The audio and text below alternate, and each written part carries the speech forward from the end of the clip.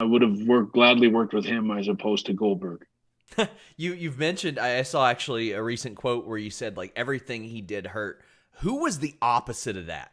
Who was a person that every time you got in there, you're like, I know this is going to be a dream, and I know it's going to look good. Kurt Hennig was one. Sting was one. Owen, my brother Owen was one of the. Yeah. We didn't even. Macho Man was another one. Where you didn't need to even talk. Like you could just, if someone said, "Quick, run out there! You gotta go 20 minutes with Macho Man," and we don't know what you're doing. Just figure it out on the fly. And I've done that with Macho Man. Um, some guys you can just work. They're just total pros that way. Um, it's really it's important for all wrestlers to try to be like that. Sometimes I do remember wrestling Macho Man one time where something happened with somebody's flight.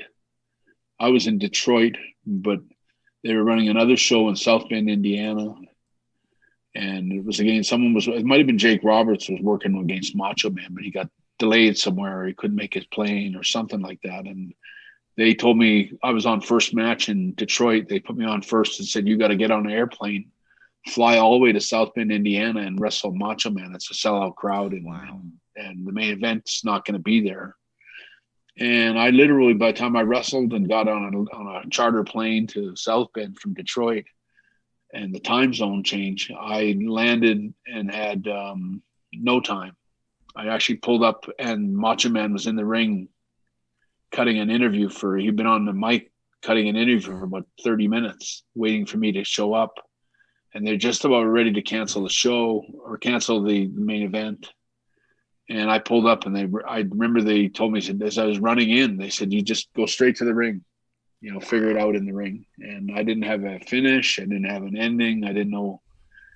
Most of all, it was at a time when I wasn't necessarily sure that I could be the main event.